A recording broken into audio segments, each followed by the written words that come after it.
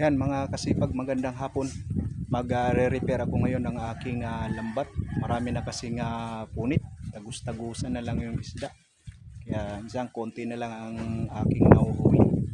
Ito yung paraan ko para mag-repair ng aking lambat. Yan. Hinahanay ko, binibitin para klaro yung mga i-repair kong punit. Marami na kasi ano. Yan. Tagus-tagusan na, may malalaki pa dito.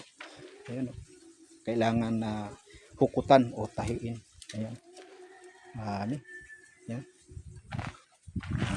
punit, lalaki, tagus-tagusan na lang isda. Ayan, kaya kailangan ng iayos to. Tsaka itong mga pabigat, mga sinker ay ano na rin, lumalaylay.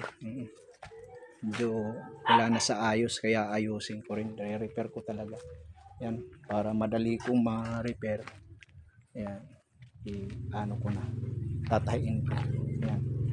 So sayang naman kung tatapon lang o babaklasin yung, tatastasin yung laman. Ayan, ito mga kasipag yung mga materialis ko para sa pagre-repair.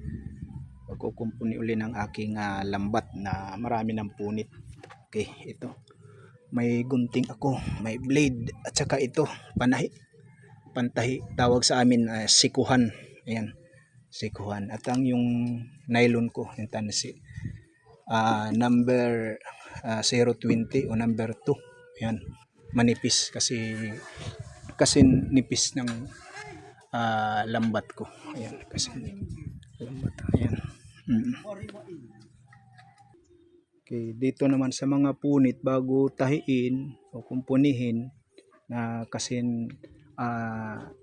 lalaki din ng mga mata ng original, ay kailangan marunong kang magtastas o tawag dito sa amin maggantas para walang sobra o tamang-tama lang.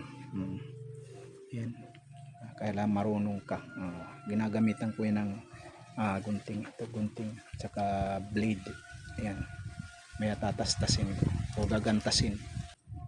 Ayan, pag na repair ko uli ito, pag nakumpuni, pag natahi ko na yung mga punit, bukas arangkada naman tayo ang lalambat.